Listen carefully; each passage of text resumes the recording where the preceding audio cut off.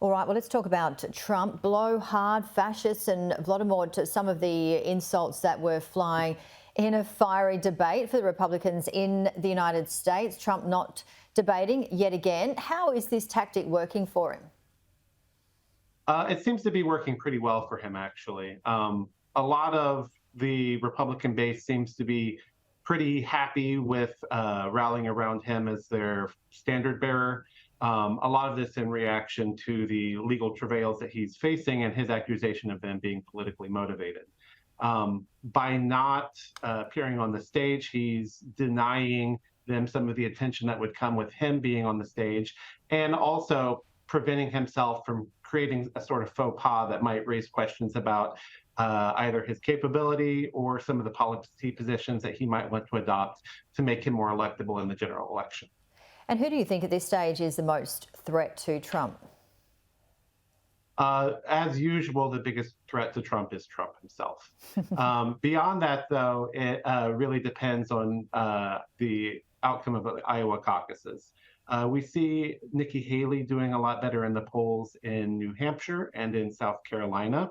But if we see Ron DeSantis perform well in Iowa, we could see people who are opposed to the Trump nomination rally around him. The real issue either way is the anti-Trump constituency in the Republican Party narrowing themselves down to a single candidate. And it's the exact same trouble they ran into in 2016. They were unable to coordinate, and that ultimately led to the Trump nomination. All right, there's about 39 days now until the Iowa caucuses. How are the polls looking? In Iowa, most recent polls are showing President Trump at about 45%. We see Nikki Haley and we see Ron DeSantis pretty much neck and neck for second place. And then there's a lot of other also rans, like Vivek Ramaswamy, who was on the stage, who were polling in the low to mid single digits. And returning to one of our top stories here, Professor, the president of the Palestinian Authority, they have accused the US of being complicit in Israeli war crimes, and that's following the Biden's administration vetoing of a United Nations Security Council vote demanding that immediate ceasefire in Gaza. What's your take and what are you hearing on this?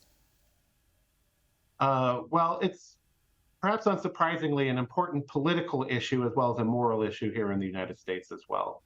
The Democratic Party itself is fairly divided over the issue. Democrats, the polls have suggested, are sympathetic to both sides in this conflict. They're not really wanting to see Hamas continue on in Gaza, but they're also not really happy to see the devastation that's being wrought on the Palestinian civilians. The U.S.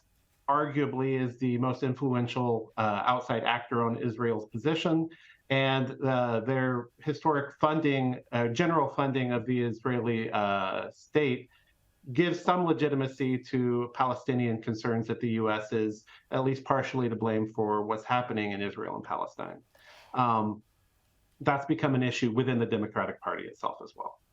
And what are you hearing in terms of a potential solution and when? Well, the Americans, I think, definitely want to see this wrapped up sooner rather than later, for both humanitarian reasons, but also because we don't want this to be an important deciding factor in how the 2024 presidential elections are resolved.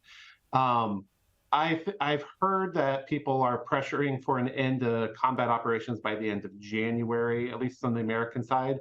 But in the end, it's up to the Israelis on how long this conflict will go. All right. Well, we really appreciate your time and expertise. Thank you very much, Patrick, and we'll talk to you again soon. Yeah, anytime.